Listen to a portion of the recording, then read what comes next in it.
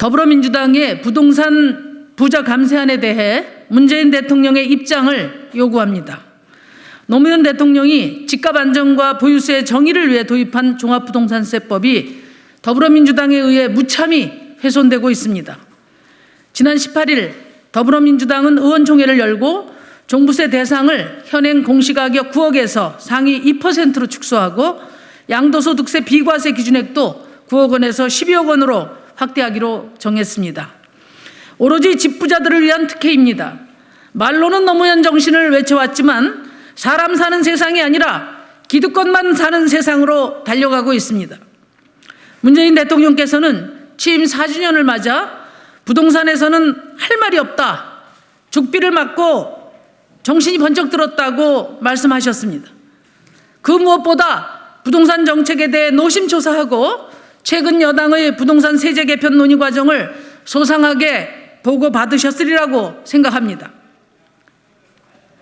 국민들은 정부의 부동산 정책에 역행하는 집권 여당의 부동산 부자 감세안에 대해 대통령의 생각을 알고 싶어 합니다. 대통령은 민생에 가장 큰 영향을 미치는 정책에 대해 국민들의 문제 제기에 답해야 할 책임이 있다고 저는 생각합니다. 첫째, 민주당 부동산 부자 감세안은 노무현 대통령이 도입한 종부세의 취지를 정면으로 무너뜨리는 것입니다. 종부세법 1조에서 부동산 보유에 대한 조세 부담의 형평성을 제고하고 부동산의 가격 안정을 도모하는 세금으로 자신을 정의하고 있습니다. 지금도 2005년 노무현 정부가 제정할 당시 문구가 그대로 명시되어 있습니다. 그렇습니다. 보유세는 세금의 형식으로 부동산 가격을 안정화하는 제도입니다.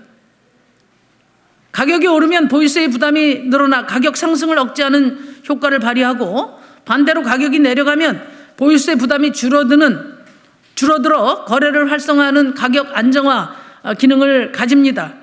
그런데 부동산 가격이 올랐다고 소수 집부자들의 세금을 깎아주는 건 부동산 가격이 올라도 좋다는 매우 위험한 신호를 보내는 것입니다.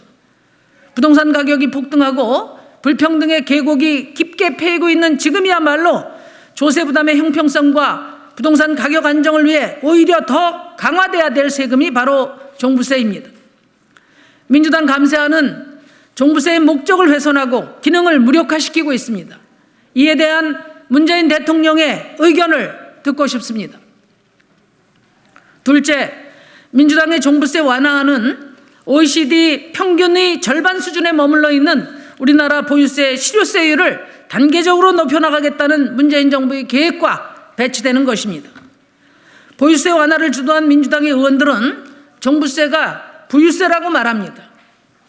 이것은 종부세의 성격을 왜곡시켜서 적용 대상을 줄이려고 하는 얄팍한 의도가 담겨 있습니다. 부유세는 극소수 자산가들에게 적용되는 특별한 세금으로서 슈퍼부자들의 사회적 책임을 보여주는 상징적인 세금입니다.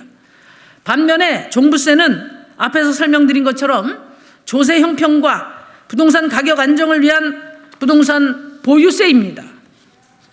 민주당 일부에서는 노무현 정부가 종부세 대상을 1%로 삼았다고 말합니다. 상위 2% 안을 정당화하기 위한 거짓 주장입니다. 노무현 정부가 부동산 정책에서 공식적으로 밝힌 1%는 단계적으로 도달할 보유세 실효세율을 노무현 정부가 부동산 정책에서 공식적으로 밝힌 1%는 단계적으로 도달할 보유세 실효세율 목표 1%라고 저는 알고 있습니다. 부동산 조세에서 실효세율은 무척 중요한 지표입니다. 문재인 대통령께서도 작년 70 부동산 대책을 두고 보유세 부담은 높였지만 우리나라 보유세 실효세율은 OECD 평균 절반 수준에 머물러 있다고 강조하신 바 있습니다. 이번 민주당의 종부세 후퇴안은 그동안 공시가격, 공정가액의 단계적 현실화 노력과 보유세 강화 방침을 퇴색시키고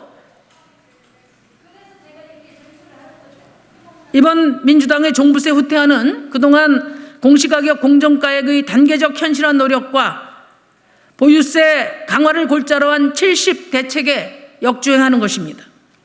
이와 관련해서 문재인 정부의 보유세 실효세율 목표는 무엇인지 대통령께서 직접 밝혀주시기 바랍니다. 셋째, 민주당의 상위 2% 방식은 과세 요건 법률주의에도 어긋납니다. 현행 종합부동산세법은 적용 대상이 과세 표준 금액으로 명시되어 있습니다. 모든 세법이 이런 원칙에 따라 운영되고 있습니다. 그런데 민주당은 공시가격 기준선이 아닌 비율로 제시했습니다. 민주당이 제시한 상위 2% 안은 초유의 꼼수입니다. 제가 꼼수라고 말하는 이유는 집권 여당의 행동으로는 너무나 속보이는 방안이기 때문에 그렇습니다.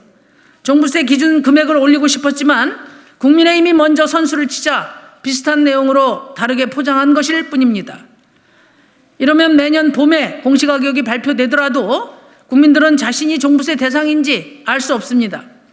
6월이 지나서야 정부가 상위 2%를 계산하고 이를 시행령에 반영한 이후 개별적으로 대상을 통보하게 될 것입니다. 행정 책임자인 대통령께 묻습니다. 민주당의 종부세 상위 2% 방식이 확정되면 앞으로 종부세 적용 금액은 법률이 아니라 시행령에 명시될 예정입니다. 매년 시행령을 개정해서 대상자를 확정하시겠습니까? 과세 요건도 특정되어 있지 않고 납세자 예측도 불가능한 이런 듣보잡 과세가 과세 요건 법률주의에 부합한다고 생각하십니까? 이상의 세 가지는 국민들이 대통령으로부터 꼭 듣고 싶은 질문입니다. 앞으로 부동산 세제 관련 법률 심의가 국회에서 진행될 예정입니다. 코로나 재난으로 불안전 노동자, 자영업자들의 한숨이 끊이지 않고 부동산 가격 폭등으로 전월세를 전전하는 서민들의 허리가 휘고 있는 이 상황에서 상위 3.7% 집부자의 세금을 깎아주는 정책이 도대체 어떻게 정당화될 수 있습니까? 이번 민주당의 부동산 부자 감세안이 통과된다면 그것은 문재인 정부 들어 26번째 부동산 정책이 아니라 마지막 정책이 될 것입니다. 부동산 투기와의 전쟁의 최종적인 포기 선언이자 투기 세력에 굴복한 항복 선언이 될 것입니다. 정의당은 부동산 부자 감세안이 국회를 통과할 수 없도록 강력히 저지해 나갈 것입니다. 그럼에도 불구하고 기득권 양당이 담합해서 부동산 부자 감세안이 통과된다면 우리는 문재인 대통령께 거부권 행사를 통한 마지막 역할을 요청하지 않을 수 없습니다. 지금은 정말 중요한 시기입니다. 민주당은 세금 감면으로 미소 짓는 소수 집 부자들의 얼굴을 떠올리지만 국민을 대표하는 대통령은 반대편에 황망히 서 있는 다수 집 없는 서민들의 편에 서야 합니다. 무엇보다 투기공화국 해체를 염원하며 문재인 정부의 나라다운 나라의 공약에 열광했던 촛불 시민들을 살펴보시기 바랍니다.